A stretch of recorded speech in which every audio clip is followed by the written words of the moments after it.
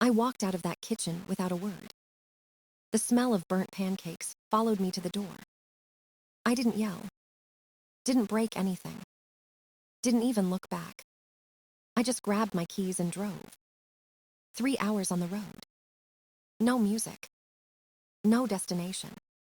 Just silence. Every mile felt heavier than the last.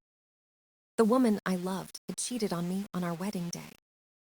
And my children, my own kids, said I wasn't their father. I pulled over near a gas station, stared at my hands. They were shaking. I didn't cry. I couldn't. The shock was too thick, like fog pressing on my chest. When I finally went home, the house was quiet. Megan sat on the couch, phone in hand, like nothing happened. She didn't even look up when I entered. "I guess you're staying somewhere else tonight," she said. Her voice was cold, detached. I nodded. She just shrugged. I slept on the couch that night anyway. Couldn't bring myself to leave the house yet. Every sound, every shadow felt wrong. The next morning, before sunrise, I packed a small bag. Laptop, toothbrush, a few shirts. I left my wedding ring on the counter. By noon, I was at a lawyer's office. I told him everything. He listened quietly, taking notes, nodding at the right times. When I finished, he said, "We'll file immediately." And we did. No secret meetings. No drawn-out talks. I wanted it over. I wanted my name free from hers. That night, I told her in front of the kids, "I know everything. You can have Chris. But you won't lie anymore." She didn't flinch. She smirked instead. "You'll regret this," she said. "You're turning the kids against me." I was. I never said a bad word about her to them. But it didn't matter. The damage was done. Lily wouldn't look at me. Ryan just asked if Chris could come over next time. It felt like being erased in slow motion. The divorce dragged for 6 months. Her lawyer painted me as distant, cold, detached. They twisted everything. My long work hours. My quietness. My routines. They said I was emotionally unavailable. As if paying bills, fixing roofs, and cooking breakfast meant nothing. They ignored the hotel receipts, the phone records, the messages. The truth didn't matter. She got the house. She got the kids. I got a beige apartment with a leaky sink. Every weekend, I waited by the window. Sometimes they came. Sometimes they didn't. Lily stopped talking to me completely. Ryan asked fewer questions each week. The silence in that apartment was unbearable. I thought I had hit rock bottom. But I was wrong. That was just the beginning. The storm hadn't even started yet. It happened 6 months after the divorce was final. A Tuesday morning. My phone wouldn't stop buzzing. 25 missed calls. All from Lily. I thought someone was hurt. My chest tightened. My hands started shaking before I even touched the screen. I called her back right away. She picked up on the second ring. Her voice was trembling. "Dad, you need to come get us." I sat up straight in bed. "What do you mean? What happened?" She whispered, like she was afraid someone might hear. "We're at Aunt Rachel's. Ryan with me. We're not going back home." I felt the air leave my lungs. "What do you mean you're not going back?" There was a pause. Then she said something that froze me completely. "Chris isn't who Mom says he is. We found stuff." I didn't ask more. I didn't want her to panic. I just told her, "Text me the address." I threw on a hoodie and jeans from the floor. Didn't even grab my wallet. I was out the door in seconds. The drive felt endless. Every red light felt like a punishment. When I finally pulled into Rachel's driveway, Lily opened the door before I could knock. Her face was pale, eyes red but steady. Ryan sat on the couch under a blanket, quiet, holding his game console. No one said a word at first. Then Lily handed me an iPad. "Chris left it unlocked," she said. We saw everything. I took it, expecting something small, maybe a fight or text messages. But it was worse. Much worse. Hundreds of messages. Photos. Videos. Conversations with girls. Young girls. Some said they were 16. Some didn't even look that old. I felt sick. I could barely breathe. Lily said she showed it to her mom. I looked at her. You what? She said I misunderstood. She said he was joking. Then she grounded me. My stomach dropped. That was the moment I knew. Megan wasn't just blind. She was covering for him. I stood up, packing the living room.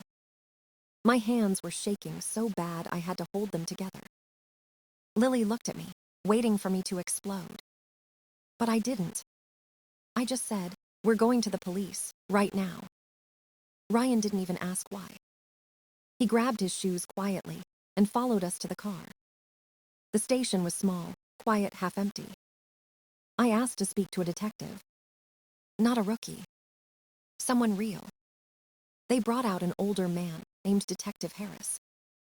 He listened while Lily explained everything. He didn't interrupt. Just took notes, nodding. When she handed over the iPad, he said softly, "You did the right thing." He made a forensic copy right there. Said it was enough to start an investigation. That night, I got a call back. They found Chris's second phone, hidden in the basement. And on it more proof. More victims. I sat in the dark, staring at the wall. My hands were still trembling. The man who ruined my marriage had now ruined everything else. And this time, there was no coming back. The next morning, I was back at the police station. Detective Harris was waiting with a folder in his hands. He didn't smile. Didn't say much. Just slid the folder across the table. Inside were screenshots, texts, and photos from Chris's hidden phone. It was worse than I imagined. Messages with underage girls. Videos. Conversations where he bragged about dating single mothers to reach their kids. One text read, "The little one trusts me now. It's easy." My stomach turned. I pushed the folder away, afraid I'd throw up. Harris said quietly, "We're moving forward with an arrest." I nodded, still trying to process. "What about Megan?" I asked. He hesitated. "If she knew and didn't report, it's obstruction and endangerment. We'll look into it." I told him she knew.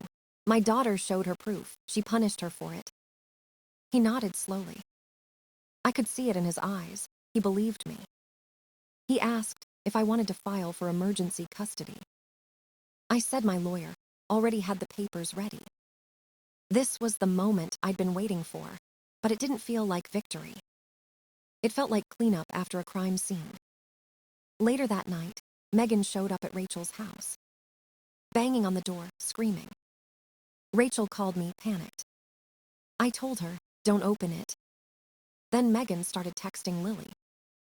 "Come outside now, you're confused. Chris loves you." She even yelled through the door. "I made you. You think he'll love you after this. You're brainwashed." Rachel recorded the whole thing. I gave it to Harris. That same night, they arrested Chris. He was dragged out of the house in handcuffs, still in his boxers. The neighbors filmed it on their door cameras. The next day, Megan went quiet. No calls. No texts. Nothing. When the custody hearing came, she showed up late, pale, shaking. The judge reviewed everything: the iPad, the phone, the statements. Lily testified, calm and brave. Ryan sat beside me, silent. Megan tried to speak, but the judge cut her off. "This is not a debate, it's evidence." My lawyer, Jessica, presented the key point. Megan Thompson knowingly allowed a predator access to her children. Megan started crying. "It wasn't like that," she whispered. The judge didn't look convinced. He read the order out loud.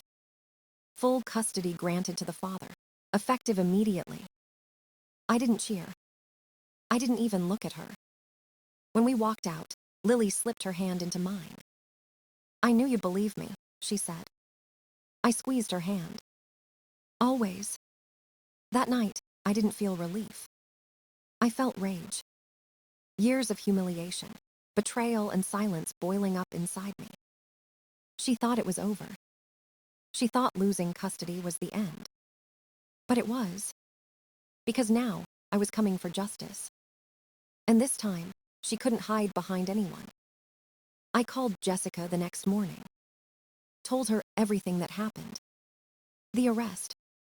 The custody hearing. Megan's breakdown.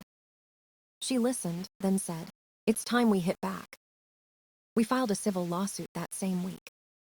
Emotional distress. Defamation. Child endangerment. Every piece of pain she caused, written in ink. At first, Jessica wasn't sure how far it would go. But then the evidence started piling up. Emails. Screenshots. Files from Megan's Google Drive. She had kept notes like she was documenting her own crimes. One file was titled, "Thoughts on Chris." Inside, she wrote, "Chris sees the kids more than Ethan ever did." And another line, "Ethan would ruin everything if he found out." That was all we needed. Proof she knew. Proof she chose to hide it. Jessica smiled for the first time in months. "We're going to bury her," she said. I just nodded. We submitted everything to the court. The case moved fast once the judge saw what we had. Meanwhile, Megan's life started to crumble. Her company found out about the investigation. Someone leaked part of the police report to HR. She was fired within 48 hours. Her friends started messaging me. Apologies. Excuses. I didn't know what she was doing. She told us you couldn't handle marriage. It didn't matter anymore. The truth was out. Then came the hearing. Megan showed up late again. No lawyer this time. She said she couldn't afford one. The judge looked tired before she even spoke. Jessica laid everything out, calm and precise. Emails. Messages. The hidden files. The threats she sent me. Every lie she built to protect Chris. Megan tried to interrupt, but the judge silenced her. "This is not about emotion," he said. "This is about responsibility." When Jessica finished, the courtroom went quiet. Then the judge spoke. "This court finds the defendant acted recklessly and with deliberate harm. Full damages granted. Legal fees reimbursed. Therapy costs covered." It was over. But I didn't feel triumph. Just exhaustion. As we walked out, Megan sat frozen, staring at nothing. No tears. No shouting. Just silence. For the first time, she looked small. Like the lies had finally run out of places to hide. Outside, Jessica turned to me. "You did it."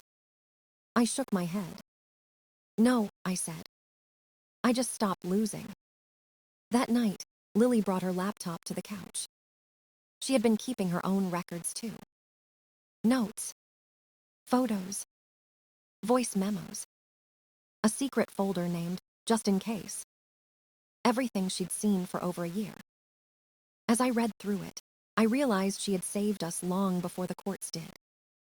I looked at her and said, "You're brave." She smiled faintly. "You finally believed me," she said. And for the first time since it all began, I slept without anger. It was a quiet Sunday afternoon when Ryan came out of his room. He was holding an old shoebox, dusty and taped shut. "Dad, is this yours?" he asked. I looked at it confused. He said he found it in the back of the closet under a blanket. I opened it slowly.